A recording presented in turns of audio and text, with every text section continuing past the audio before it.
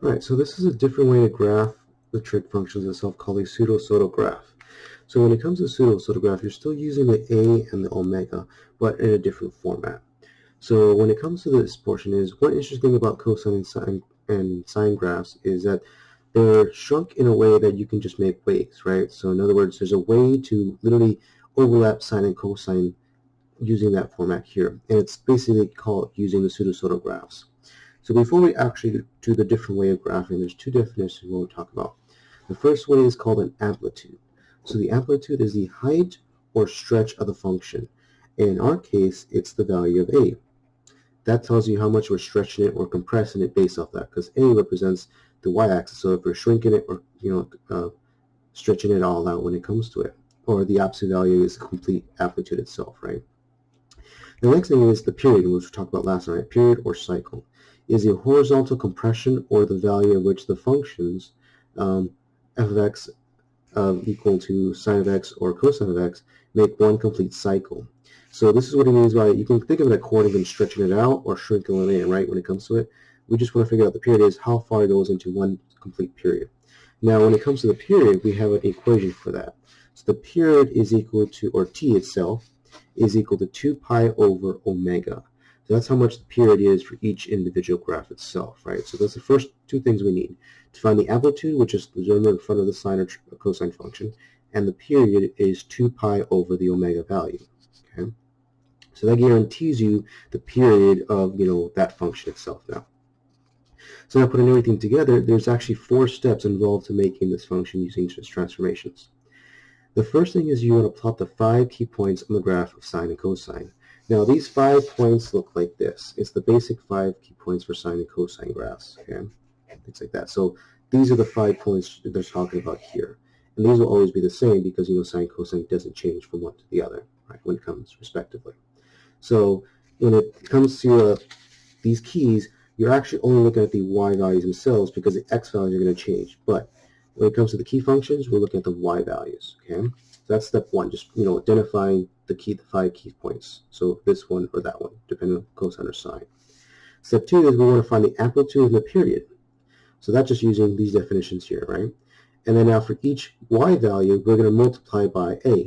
So that's what we mean by going back to the 5 key points. So literally, whatever the a value is, right, the amplitude, we're literally just going to multiply the y values by them, and that's it, right? That corresponds to the actual functions themselves, okay? So when it comes to it, so when we multiply by a in each case, no matter what it's going to actually be, okay? So now, if we go back to our portion, that's step 1 and step 2. And now step 3 is how you find the x values. So step 3 is you want to divide the period. So here's our period of 2w, or 2 pi over omega, into 4 equal parts. Okay? And how we do that is literally just divide by 4. Right? So we're going to have 4 equal parts based off that. And those 4 parts are going to be our x coordinates respectively. And that's what's called a pseudo-pseudo graph. And then finally, the last step is literally just plot the 5 points itself. Okay, so it's a little complicated, but it's actually not too bad once you do an example or so. So let's do the first example so you can see how this would work out. So we want to graph y equals 3 sine of 4x, right, when it comes to using the 5 key points. So since this is a sine function, right, that means we're going to be using these as our key points here. Okay, so these are our y coordinates. So we got to figure out 2 things: our amplitude, which is going to be 3, and our omega, which is going to be 4 in this case, right? And then we're in front of the x.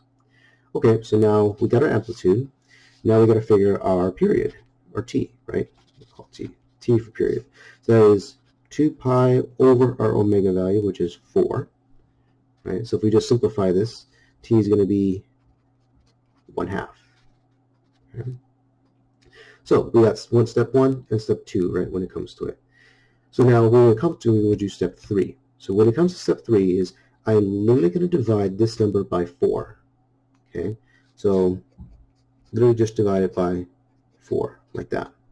So if we divide this, right, this becomes 1 over 4, or pi over 8. Okay, so now if we do our x and y chart here,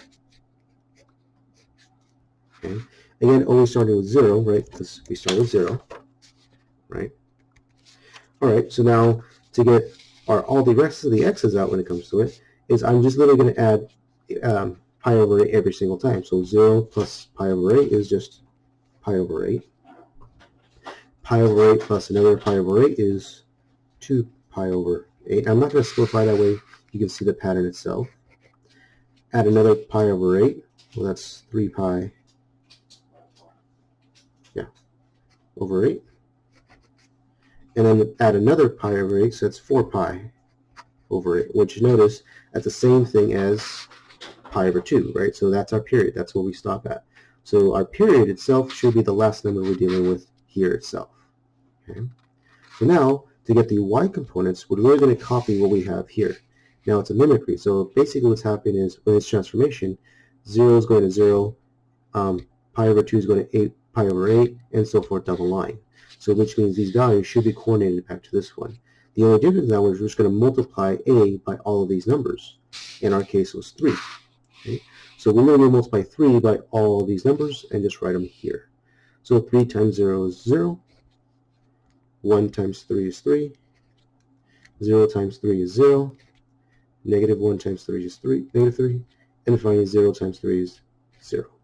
And that's how you do this transformation using pseudo-SOTA graphs. Okay. So it's a little bit more complicated into transformations, but when it comes to math, there's always multiple ways to do this stuff, right? Now the whole point is now we just graph this and we're actually done. Okay, so we go, our x coordinates are pi over 8, 2 pi over 8, 3 pi over 8, and then if you want, you could just do pi over 2 if you want, because that's the same thing, right? That's our period. We stop there. And now we go up to 1, 2, 3, 1, 2, 3, so negative 3, negative 3. And just finish our table, right? So this is 0, 0. This is 3, 0, negative 3, and then 0. So our graph looks something like this. And there's a graph of this function here. Okay. So why don't we do a couple more examples based off that, because it could be a little tricky as well, right? So let's do the next example on the next page. Okay. So first off, we want to find the amplitude. So A is going to be negative 4, and our omega, W, is actually pi, right? It's always a number in front of the x. So pi itself, right? So therefore, our period is 2 pi over pi, and this simplifies down to 2, right? So now we're dealing with cosine. So we go back to our portion.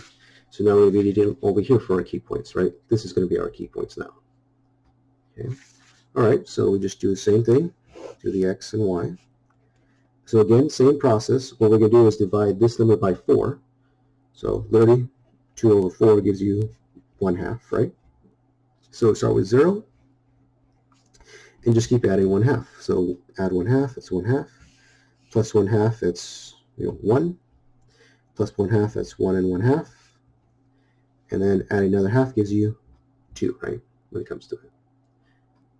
And now for the y's, using this portion, so now because we're doing the cosine, we're going to multiply by our a, which is negative 4 this time. So just like the last one, since we multiply by 3 here, we're going to multiply by negative 4 because now we're using cosine. So multiplying all these by negative 4 gives you negative, right? 1 times negative 4 is negative 4, 0, positive 4, 0, and then negative 4, right, as our y values. And again, finally, we just graph this portion.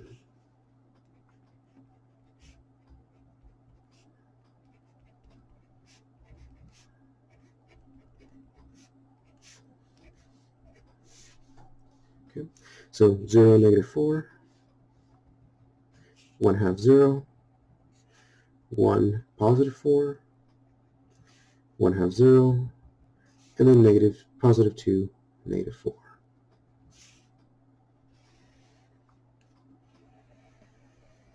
And there we go. There's our graph. Okay, let's try one more little tricky one when it comes to it. So let's graph, I forgot to look at y, so it should be y equals. So graph y equals 2 sine, in parentheses, negative pi over 2x, using the key points. So same process here. So our amplitude is going to be 2, right, in front of the x. Now our omega is going to be negative pi over 2. Okay, which means our period is going to be 2 pi divided by negative pi over 2. All right, so just simplifying this portion, this is going to be 2 pi over 1 times negative 2 over pi. So notice these cancel, we get negative 1 as our period. And now we do the same thing. So back to a portion, this is sine. So again, going back to our key functions, now we're back to here. Right? All right, so we want to divide negative 1 by 4, so that's going to be just negative 1/4, right? So that's going to be 0, negative 1/4. Now add another negative 1/4, that's negative 2/4. Add another negative 1/4, that's negative 3/4. Then finally, this gives you negative 1, right? Which is exactly the end result we get. Remember, you're always adding this value. So you're always adding negative 4. So that's what means you get 4 negative, right? Negative zeros. And then finally, our amplitude is 2, so we multiply these numbers by 2. So we get 0, 2, 0, negative 2, and back to 0. Okay, this again, because we're doing sine. And then lastly, we just now graph it.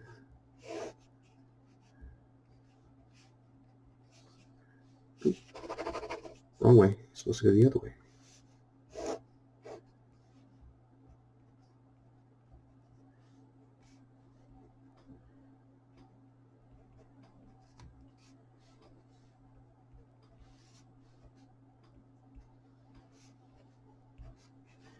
Okay.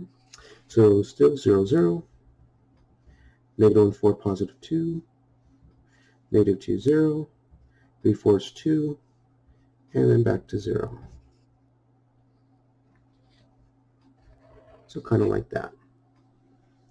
Right, so there's multiple ways to graph this. Again, you could just use basic transformations using the omega and the amplitude A, or you can use a pseudo-graphs. And again, it really doesn't matter how you graph them. It's just there's two different ways to graph this kind of stuff. That's all it really is. One's using the period, so you get just one portion. The other one's you can see the waves depending on what you actually use. Okay.